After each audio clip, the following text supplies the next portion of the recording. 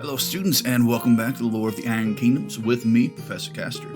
Today we are going to be talking about the Greylords of Khador, along with finishing up any of the odds and ends of characters and or units we haven't talked about, including the Doom Reavers, the War Dog, Old Grim, and then Koldun Kapitan Valachev.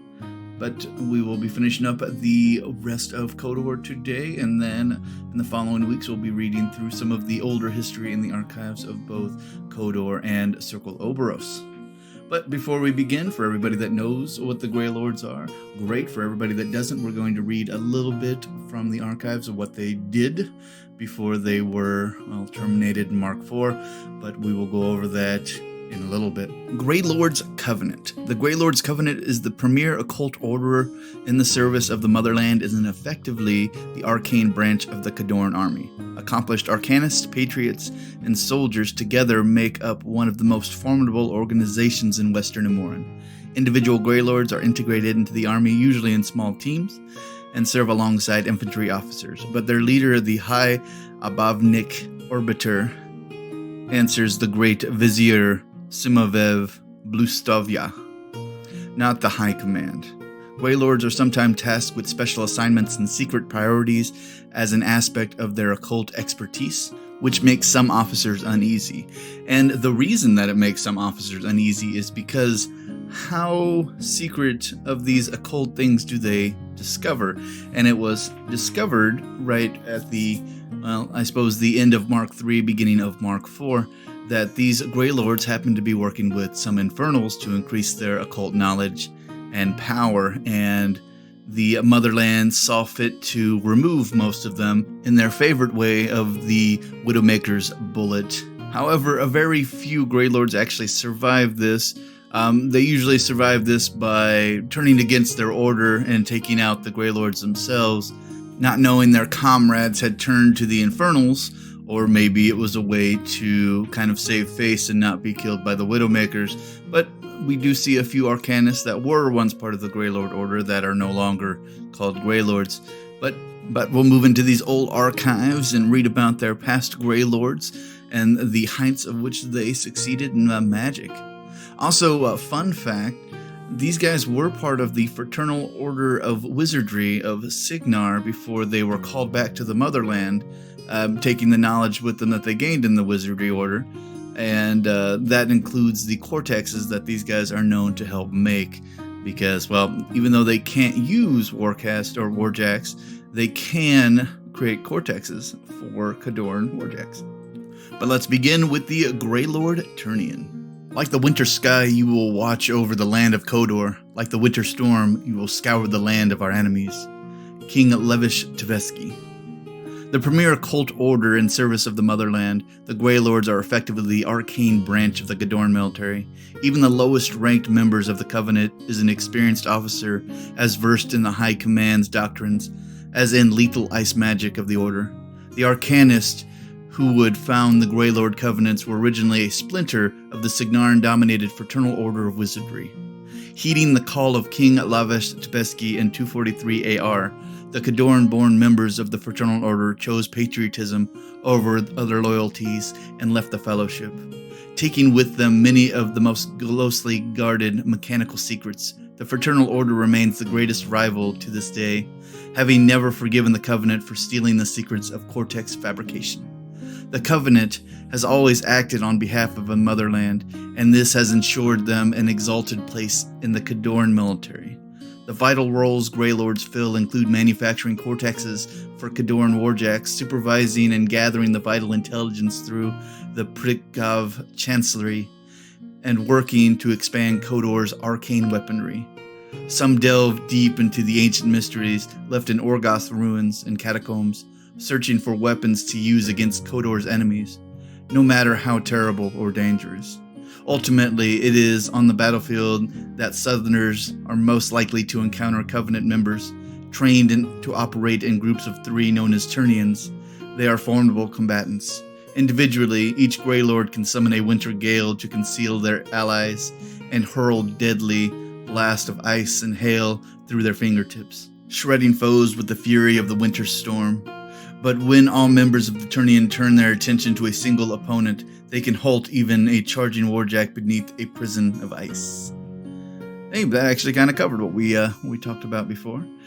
Yes, these guys are splinter groups, which I imagine Signar is still pretty butthurt about, even to this day. But that does seem to happen. But these guys are actually crazy wizard group, and with their 3 of them focusing on one person with a blizzard, they can freeze them to the spot. So if they can hit an elf a couple times, well, everybody else can hit that elf too, because that elf ain't going nowhere. But let's read over their Mark 3 to Mark 4 changes and see what we got.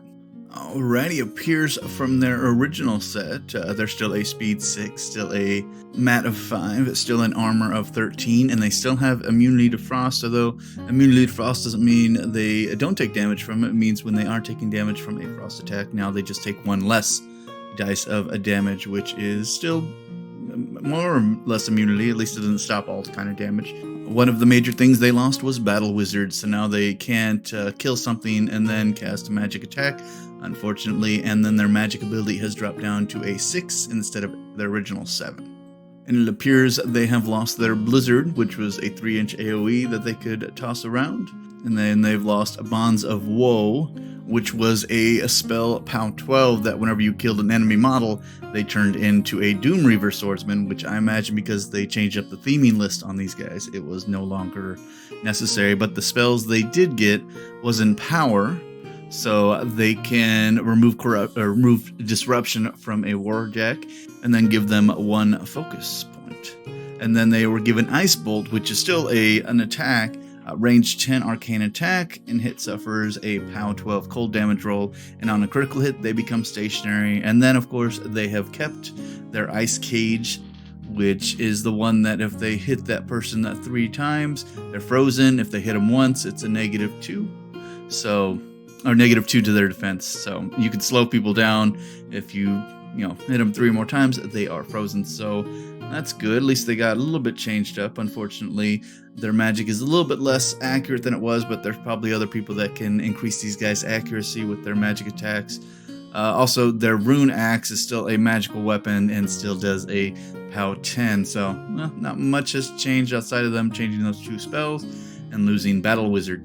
So maybe that's to help kind of balance it out. We'll see how it is. They are also a point cheaper to play with, so maybe that was the balance. But let's move on.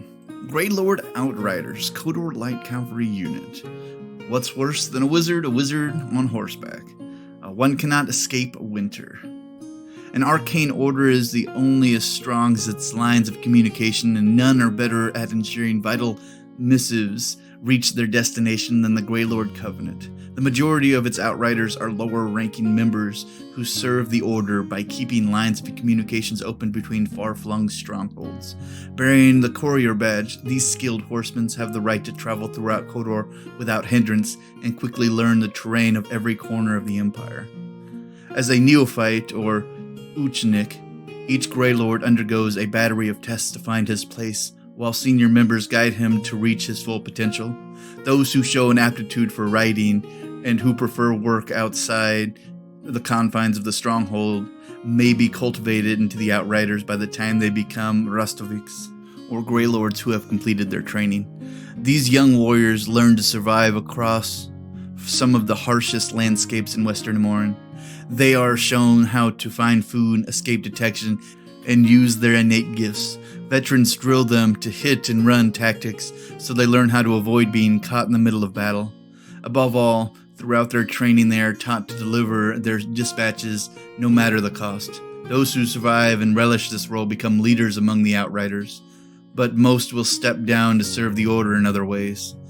At an Outrider's command, dizzying flurries of snow and ice hide the squad from opposing eyes, allowing them to charge past even the most severe opposition unhindered. Cold seems to flow from their very spirits and can be directed into blasts of frozen air capable of shattering iron and stopping enemy soldiers in their tracks. And these guys are incredibly quick. Like incredibly, even compared to elves, these guys are fast. Running at a speed 9, these guys can clear a battlefield real quick. And if anybody's ever gone up against cavalry units, I'd rather go up against any other cavalry unit than one that can throw ice and slow down the entire unit that you're trying to attack them with. So yeah, these guys are pretty dang scary, but let's read their Mark 3 to Mark 4 changes, shall we? Alrighty, appears they did not change their ungodly speed. It's still a 9, they are still a mat 5, still a defense 13, and still an arm 15, which is phenomenal. For whatever reason, they do not have their melee weapon on them, which I imagine is probably just probably gonna just need an update on that one. But I imagine they're probably still running their same rune axe at a POW 10, so that is phenomenal. But let's read over their spells and see what has changed. Oh, also they're still immune to frost damage as well, and then they were given a breakthrough, so they're not stopped if they're running past people, so they can charge through people and be able to hit models on the other side. Well, at least past people, not through people. They're not acrobats or anything like that. Let's read over their spell list. Alrighty, appears they removed their Winter's Wind, which was the ability to give a model freezer, which was a super overpowered thing that some models still have, which makes it so if you end your activation within 2 inches of them, you automatically become stationary, so they can just, have their way with you at that point. But that was removed from this guy. Maybe it was a little bit too OP'd. They still have their Frostbite spray, which is a power 12 8-inch spray. So that is that. But they did make it a little bit better for the new one. On a critical hit, now every model hit becomes stationary for 1 round unless it has a resistance to cold. Originally didn't have that particular thing. They still are Snowed Wraith, which means they automatically have concealment, getting their defense up to a 15 against ranged weapons. And then they still have reposition, but their reposition went down to a 3 instead of a 5. I imagine that's because they're already a speed 9 model, which is insane. Other than that, not much has changed about these guys outside of them removing Battle Wizard again.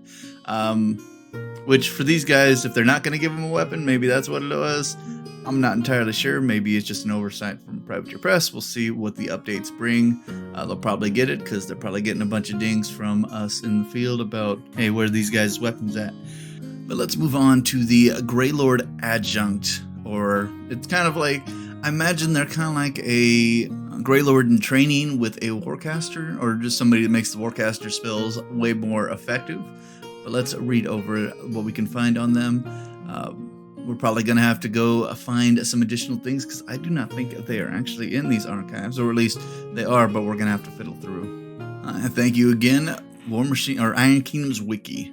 Greylord Adjuncts are under training arcanists of the Greylord Covenant, who are sent to accompany and assist senior members on the battlefield as part of their training. This gives the young Greylords valuable lessons on warfare, while the senior Greylords are freed from their mundane task, allowing them to focus on more critical work. In battle, the main duty of an adjunct is to defend his mentor from enemy arcanists by casting powerful defensive wards, which allow the senior arcanist to concentrate entirely on the destruction of foes. So yes, a Greylord in training, keeping the warcasters alive, because every warcaster in Khador has Greylord training somewhere, because they are magicians as well as apt leaders for Khador. But let's read about their Mark 3 to Mark 4 changes, see if anything's gone. But these guys are very useful to have regardless, because anytime you can get like an attachment, or you can get somebody to make your warcaster better, it's always a good thing to have. Alrighty, still a speed 6, still a magic attack of 6, still a mat of 5. Still a defense of 13, an arm 13, and immunity to frost magic, as every Greylord seems to be. And their spells still include Blizzard, so they can still cast that little AoE to block line of sight. They still have a Frostbite, which is still a spray of 8 and a pound 12, although now it does the critical freeze effect. They removed their guidance, which used to give friendly models eyeless sight and magic damage, but they did replace it with Spell Slave, which is kind of an epic spell because it allows you to cast your warcaster's spells of 3 or less, or like the cost of 3 or less focus. But the only downside is that they cannot cast upkeep spells. They can't cast any range spells that say self or control, so that will done up. So they can only cast offensive spells. So if you have a warcaster who has a lot of offensive spells, he can start really getting these guys throwing some hard magic that he usually casts himself. And they left him with Spiritual Conduit, which as long as he's within 10 inches of his leader gets +2 range to his spells that he casts. So that's great, although they did remove the Arcane Assist, so you can no longer use him to help upkeep one of the spells for free. Unfortunately, I think the Spell Slave kind of makes up for that, because that really does allow him to cast some pretty nasty spells off your Warcasters list. Although the Warcasters that are more utility, that have like, you know, a lot of upkeep spells or a lot of self or things like that, usually aren't the best for these guys, just because these guys need offensive spells to be able to do some good work and get them up to 11. So that is unfortunate. They do still have their mechanical magic sword, which still does a pound 9, so if they do ever have to get into melee, they have that ability. So yeah, a little better, a little worse. Spell Slave is always a very useful spell, especially depending on what warcaster you throw them with. But let's move on to the more high-ranking Greylords and see how they match up to these low-ranking guys. We of course are talking about the Koldun Lord, Khador Greylord Solo. Southerners equate knowledge to the flame, but in the north we know ice preserves secrets against time's withering touch. Koldun Lord Volk Lazar. Grim master of elemental cold, Koldun Lords have icy stares that seem to freeze the blood of those who meet their gaze. These masters of axe and lore represent the ideal of the Greylords Covenant and command tremendous respect from their peers, who hope to one day join their number. When the Koldun Lord takes to war, they sometimes lead Ternions of Greylords eager to prove their valor and arcane prowess. The Koldun Lord themselves are veterans of years of service and have perfected the melding of combat and sorcery. With each kill they make, they further embolden, casting forth freezing death in a whirling wind of melee. Koldun Lords often control Khadoran warjacks in battle. These machines serve as both weapons and bodyguards. Weaving occult spells of protection, a Koldun Lord can make his warjacks like a shifting iron wall. These jacks move by the Lord's will to interpret a blow or spell hurled against the Greylords and serve better than a shield or mortal protector. Indeed, many Koldun Lords once spent time mastering the secret art of cortex construction, and know better than most how to instill superior combat performance in warjacks. And even though these guys don't control them like a warcaster who is able to mentally take control of a warjack and be able to use focus to help get it to its next level, these guys are very aware of the construction of warjacks. They are very aligned to how they run, and they can make modifications to those cortexes so they run even better for them if they need them. So these guys are very dangerous, and if they have a warjack, great. But that means they do have a Jack Marshal, but we'll see if Mark IV changes that. But let's go over to the Mark III and Mark IV changes to see what happens to their spell list and see if these guys get any better, get any worse. But let's find out. It appears their stat line's the same. Still a speed 6, still a mat of 6, still a magic attack of 8, still a defense of 13, and arm 13. And these guys still have battle wizards, so thank goodness. However, these guys now give Greylords within 10 inches of them battle wizards, so that's probably why they lost the battle wizard from the previous two, because this guy gives it to them, so you can make them one large army of battle wizards. Makes them even more dangerous as long as they have a Koldun Lord, which actually makes sense to their lore that, other Ternions follow these guys around because, well, these guys are the leaders. Some of the things that these guys lost, they lost the prowl ability, unfortunately, so they can't just be disappeared in their clouds again. They also lost their lore master ability, which allowed other Greylords to cast models cast spells on this model as if they were their own. So that's unfortunate. These guys haven't been a warjack commander for a bit, unfortunately. I think they lost that at the end of Mark III or the end of Mark II. I don't know. I forget when they lost it.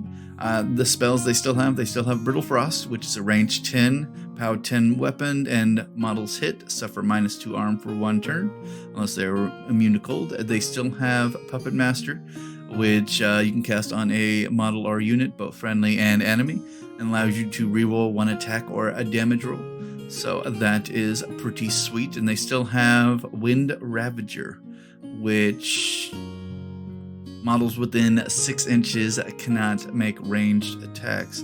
I believe that's about because on the original it says command range, on the new one it says 6 inches, so we'll just go with that. Their Rune Axe is still a POW 10 magic weapon, and it still has critical dispel on it, so on a critical hit, upkeep spells and animi on that model/unit hit are immediately expired.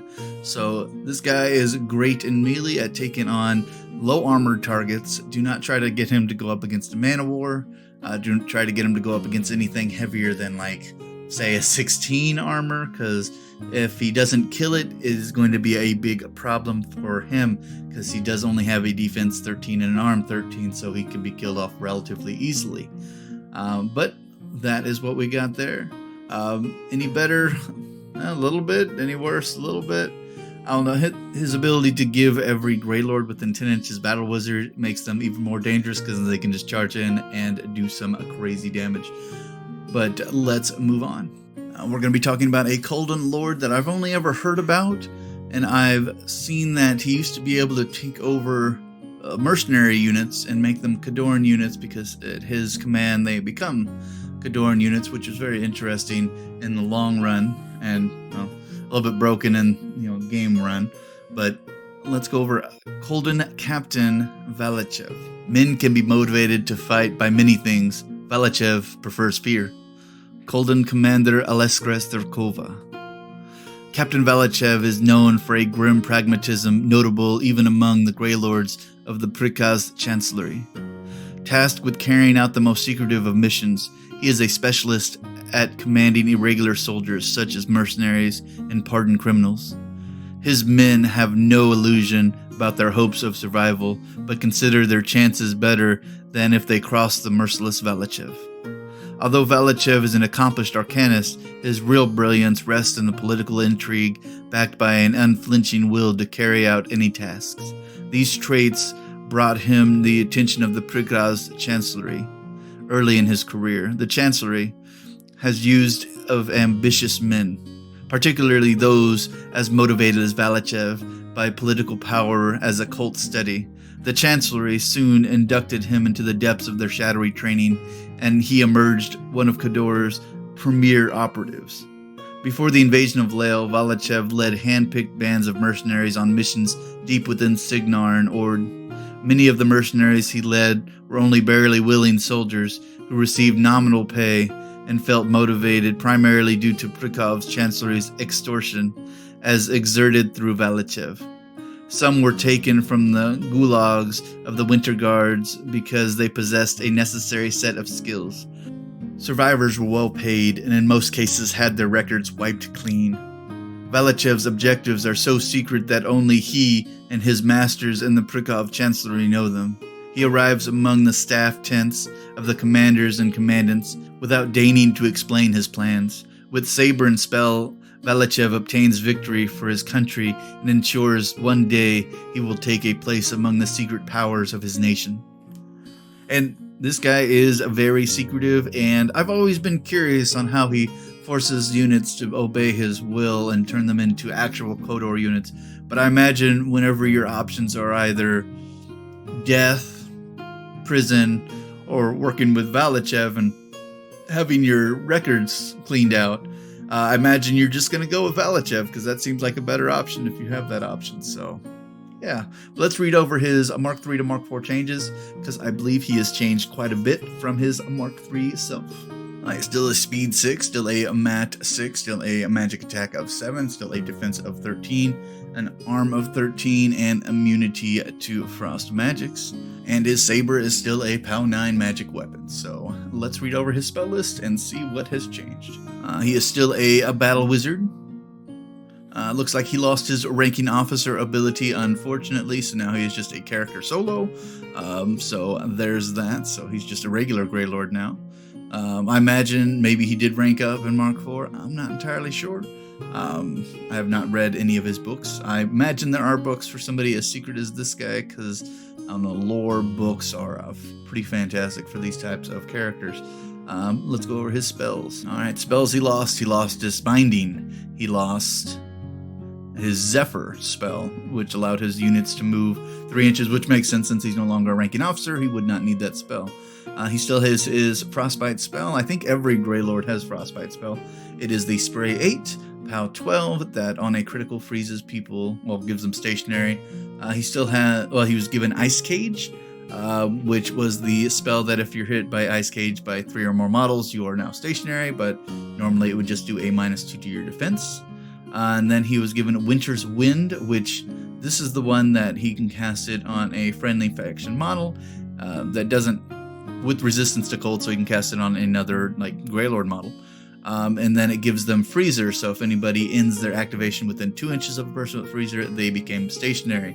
So he has now become more of a normal Greylord model instead of his original self being able to run mercenary units and give them all sorts of interesting abilities in the field. So I'm curious what has changed in his storyline, or maybe they're just trying to nerf him down. Maybe he was a little bit too powerful. Maybe he was game-breaking mechanics.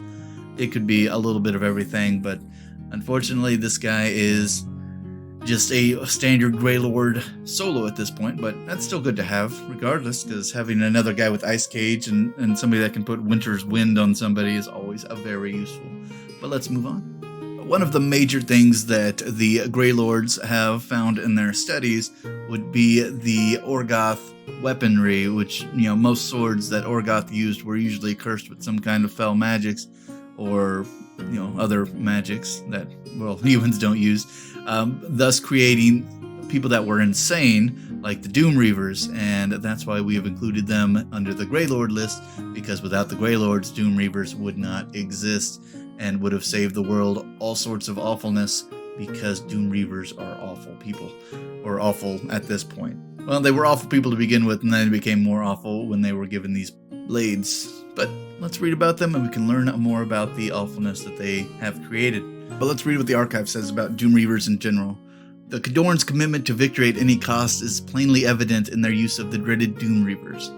Commanded by Arcanists of the Greylord Covenant, Doom Reavers are conscripted from the ranks of convicted criminals, most often soldiers found guilty of gross insubordination.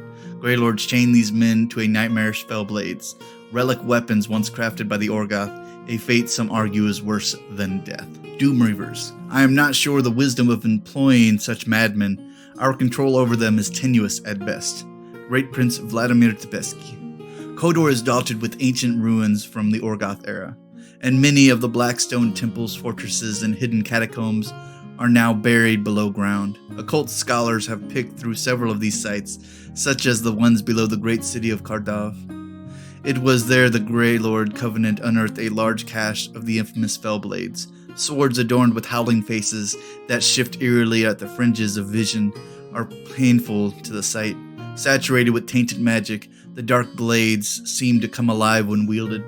Swordsmen unfortunate enough to pick up these powerful weapons descend into savage and homicidal madness as they experience incomprehensible whispers in their minds.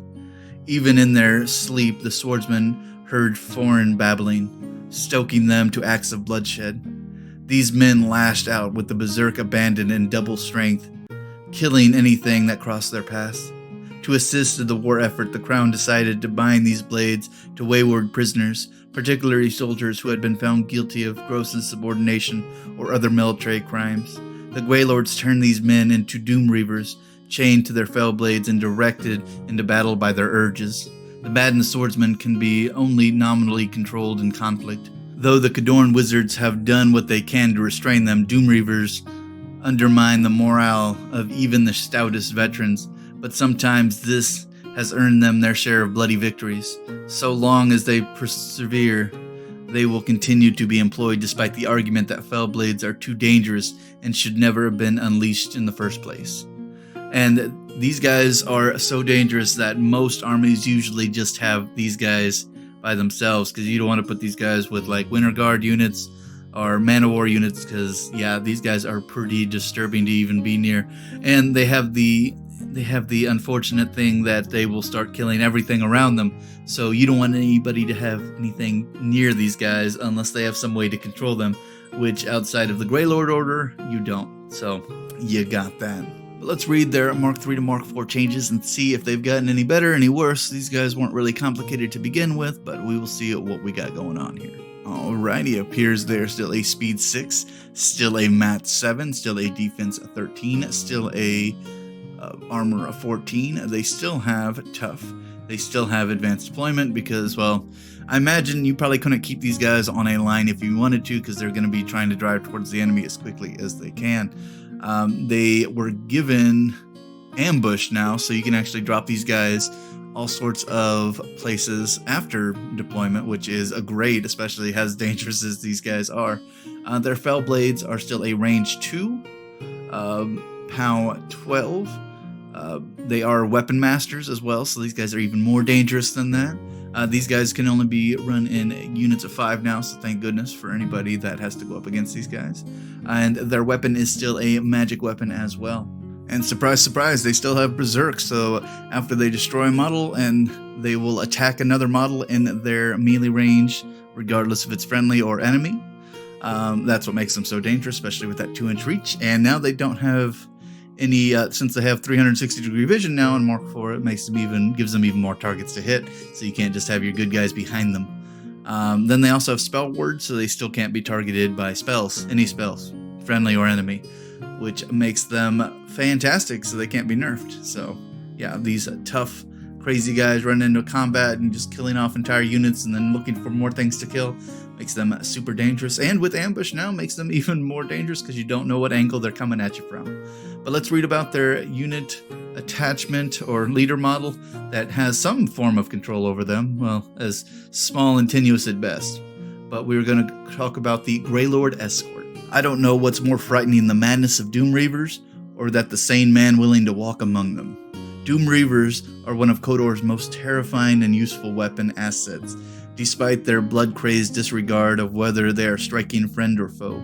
Driven mad by the whispers of their fell blades, they are consumed with an insatiable desire for killing, and it is the responsibility of the Greylord who goads them into battle to direct their hostilities towards appropriate targets. These occultists have applied considerable resources to the study of the fell blade and the dark magic of the Orgoth in an effort to maintain a mental leash on those who wield them. These Greylords have met with some success in blunting, or at least diverting, the Doom Reaver's hunger for slaughter through the use of Orgoth talismans and other relics. Only the most courageous of the Greylords are chosen to accompany the barbarous Doom Reavers into battle, to be nearby when the insane warriors are overcome with their frenzies. These escorts are generally at least of Restovic rank, and are invariably experts in the field of Orgoth studies, as well as formidable battlefield arcanists. Moving amid the Doom Reavers like a handler of vicious beasts, each Greylord carries a staff of Orgoth design. His will is exerted through this dark artifact, restraining the Doom Reavers from murdering one another as they rip into the enemy. As he speaks, the faces of the staff echo his words in their own forgotten language, compelling wielders of the fell blade to follow his commands. He channels their rage into necromantic energy that bestows near impervious to injuries. Gaping wounds close on their own accord as the Orgoth weapon whispers amongst themselves. Yeah, that's even scarier. A sane man wanting to walk with a bunch of Doom Reavers and using a mutating staff that echoes his orders in some disturbing sound. Yeah, that sounds even creepier than the Doom Reavers, but you have to have some kind of control over them, I imagine, because you can't just have a bunch of crazed lunatics trying to take orders from high command. So, but let's read about their Mark 3 to Mark 4 changes, see if they've gotten any better, see if they've gotten any worse, see if they stayed the same. They're probably staying the same. Alright, still a speed 6, still a magic attack 7, still a mat of 5, defense 13, arm 13, immunity to frost as every Greylord is. And they were also given ambush and advanced deployment. Their weapon is still an Orgoth staff at a POW 10 range 2 weapon, so it's good that he has the range 2 weapon with that. Alright, one of the things changed. He used to have combat caster, which allowed him to cast the spell before he moved, but they changed that out for battle wizard. I imagine he's going to run in there with his Doom Reavers as well. He still has granted silence, which was one of the major things that this guy has. It allows his models not to use berserk attacks, so instead of them having to use it, he can allow them not to use it if they don't want. And then he still has sacrificial pawn Doom Reaver, so if there's a Doom Reaver within 3 inches of him, if he's shot, they will take the shot for him. And then he still has spell word, so he can't be targeted by spells, so fantastic for him. One of the spells they removed from him is Death Strider, which gave them all of his guys advancing. Pathfinder, which I guess they decided, hey, we don't need these weapon masters to be any faster than they are. He still has Fell Curse, which models within 5 lose tough and cannot have damage removed from them, which is great for these guys because these guys like tearing into people. And then he still has Frostbite, which is the spray 8, POW 12, cold damage, and on a critical hit, everything becomes stationary spell, so it makes him a Greylord. So yeah, not too much has changed outside of the losing that one spell and losing Combat Caster in replacement for Battle Wizard. So not super bad, and I feel like makes them even more dangerous. I would love to see more Doom Reaver armies on the battlefield because we don't have all that many units that have a Weapon Master in Khador, so always nice to see them. And having a bunch of crazy guys wearing helmets and talking swords is always fun to see. Let's move on. For many of the Doom Reavers, it's seen as a punishment, far worse than death, but there is one Doom Reaver that seems to have an enjoyment for being a Doom Reaver. So much, in fact, that he carries 2 of the Fell Blades as well, and he just kind of really gets into it. He's also close friends with the Butcher for some reason, which feel if you're friends with the Butcher, or at least close to the Butcher as far as kinship, that does bring up some very uncomfortable questions. But of course, we were talking about Fenris. He is a living nightmare. Send him far from the children of the motherland to hunt our enemies, where he can trouble our people no more. Koldun Fedor. No Doom Reaver, however fearsome, compares to the one called Fenris. Some call him the Unbound, for even the Greylord Covenant cannot govern his actions. He rides to war atop a nightmare steed and wields a pair of fell blades, as if the harmony of their combined voices gives him insight into his own inner darkness. The Doom Reavers follow him without hesitation. No one knows the history of the mortal man who became Fenris. The record of his crimes vanished decades ago. Most assume he killed many, but none know their true numbers, much less their names. Some say he was a cannibal raised by the mountain berserkers. Others call him an assassin overwhelmed by the love of killing. Whatever the truth, he took to the fell blades like a man discovering a missing part of himself. Fenris' ability to ignore the conditioning and mystical restraints imposed on Doom Reavers by the Greylords proved troubling from the start. He disappeared for days when it suited him and returned to the camp drenched in blood. The army would have ordered his destruction if not for an outbreak of war. His skill at arms and ease with which he shrugs off injuries might have made his execution difficult, and some believe him possessed by a witch-born immortality. Khadoran military officials speak of Fenris only reluctantly, yet he has found his place. Knowing no other mortal could control him, the commandant remanded Fenris to the command of Orzos Zoktavir, the Butcher of Khardov, and in his company the savage has seemed content. The bond between them cannot be friendship, for they share only the joy of annihilation. The creature Fenris rides is barely recognizable as a horse, and more closely resembles some half-mad monster. Winterguard found the crazy thing wandering after a bloody battle near Ravensguard, and their lieutenant ordered it to be put down after 2 men died trying to restrain it. Fenris arrived at the slaughter field just before the execution and took the beast for his own. After the battle, it lingers to tear flesh from the bodies of the slain, the only sustenance it seems to require. Yeah, this guy is terrifying, and having 2 fell blades and being a weapon master on both of those, kind of terrifying in its own right.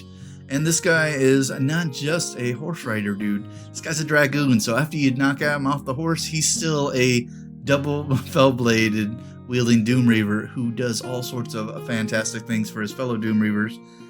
But let's read his Mark 3 to Mark 4 changes and see if they changed anything, see if they added anything. Let's find out. Alright, his mounted stats still the same.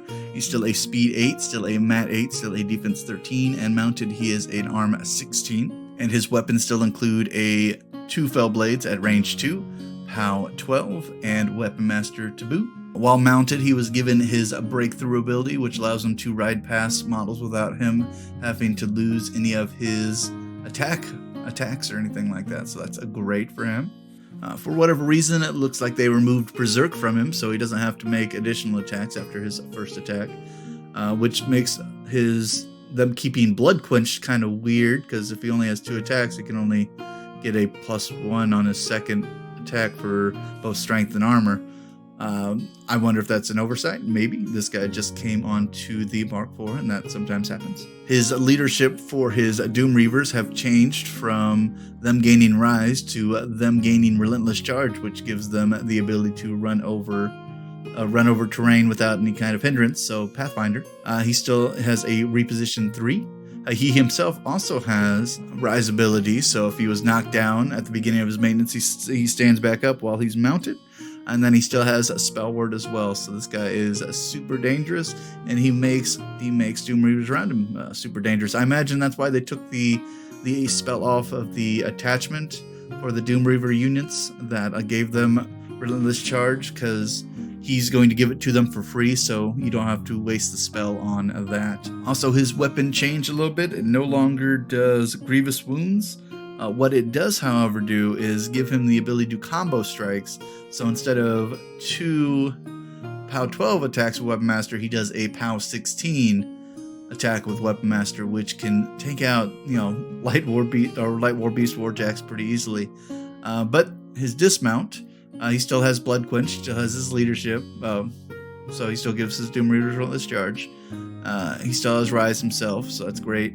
His armor does drop down to a 14, unfortunately.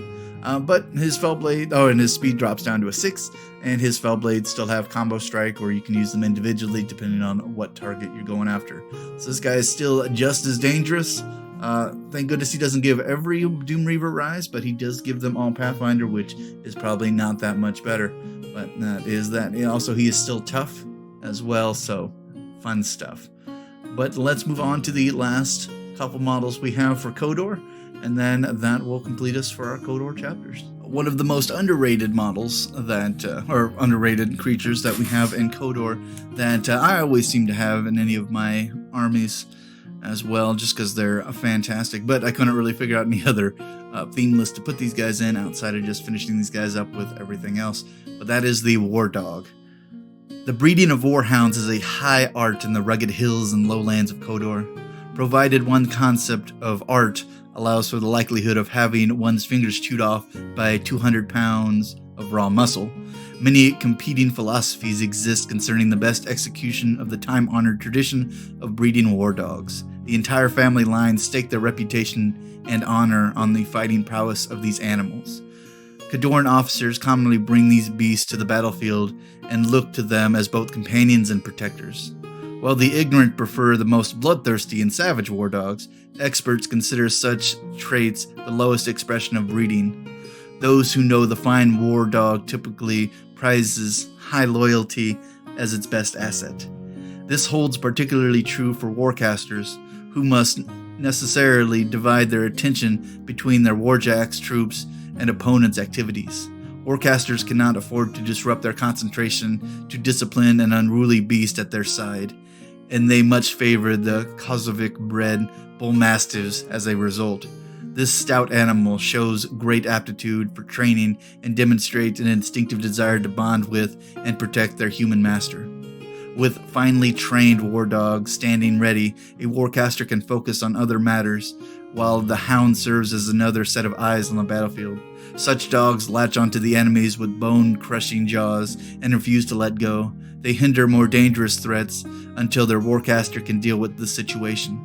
And the strength of the dog's loyalty means they will gladly give up their lives to save those to whom they have bonded. And these guys are fantastic. These guys have been fantastic since they came out, and having these attached to a warcaster makes your warcaster even more beefy on the battlefield, and I appreciate these guys every time I have them. Also, for whatever reason, they seem to get shot at a lot by my opponents, because, well, when they make your warcaster a lot better, usually they get knocked around quite a bit for late game removals. But let's read their Mark 3 to Mark 4 changes and see if they've gotten better, see if they've gotten worse, or the like. Alrighty, their speed is still a 7, mat is still a 6, defense is still a 13, armor is still 14, and they still are tough. Their bite is still a POW 11, which is kind of crazy that is stronger than Greylords. Unfortunately for the Greylords, they do not hit very hard. One of the things that got removed from this from Mark 3 to Mark 4 is countercharge, so he no longer has the ability to charge out of turn at a model that comes within 6 inches, and then immediately return back to the warcaster afterwards. I believe in Mark 4 they were trying to remove a lot of these out of turn actions as well to kind of speed up the games, which makes sense. He still has guard dog, so while he's within 3 inches of his leader, and he's knocked down or stationary, its leader will gain +2 defense against melee attack rolls and cannot be knocked down himself.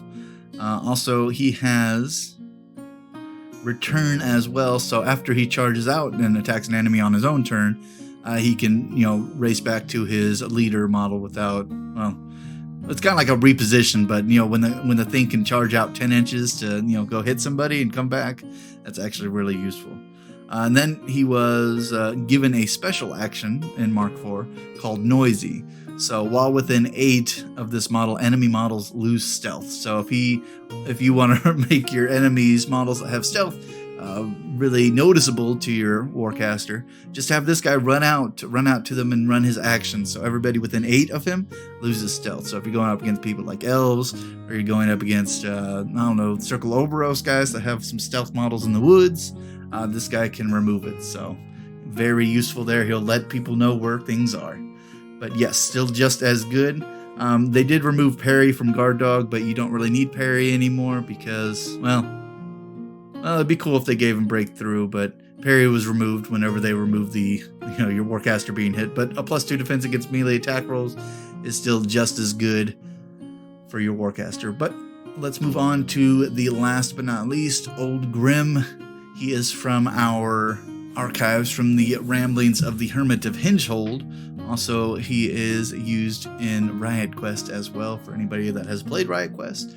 But of course, we are talking about Old Grim, who is technically a Widowmaker marksman who was killed, but instead of him dying to move on to Arcane, he became a Wraith.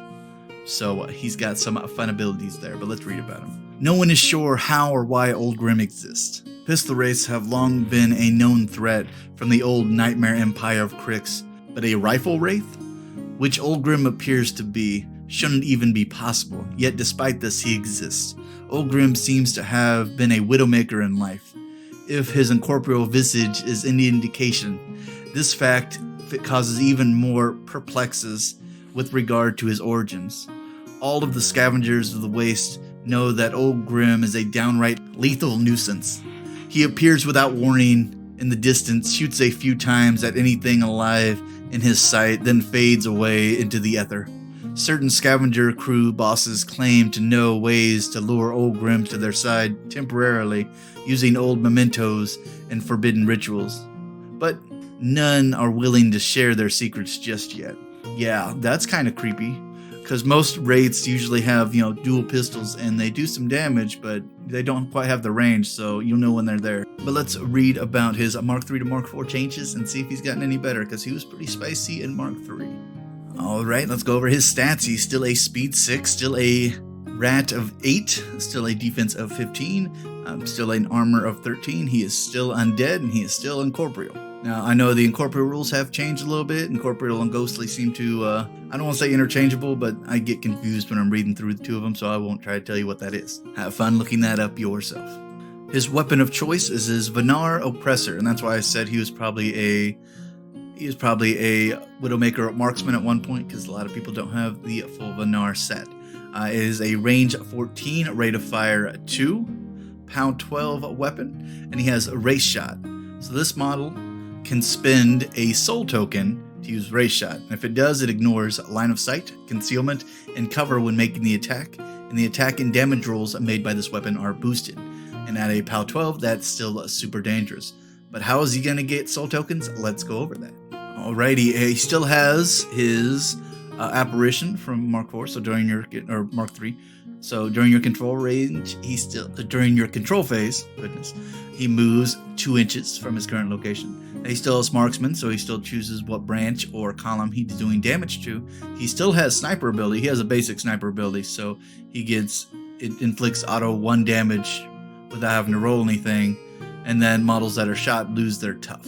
So he kills units pretty quickly, and then he has Soul Taker on top of that, so this model can gain soul tokens. When this model destroys a living enemy model with an attack, it gains that destroyed model's soul token. So him shooting models 14 inches away with sniper, that's how he gains soul tokens. And he can carry up to 3 soul tokens at a time. Then one of the abilities he also has with souls is once per turn during his activation, he can spend a soul token to give himself a +3 defense, getting him up to a staggering defense of 18, and that's not even including him being behind like a building or something like that. So him out in the open, when he loses Incorporeal to try to shoot something, because I believe that's how it runs, he still has a defense 18, which is just, staggering, makes him fantastic. I would love to actually get him for my armies.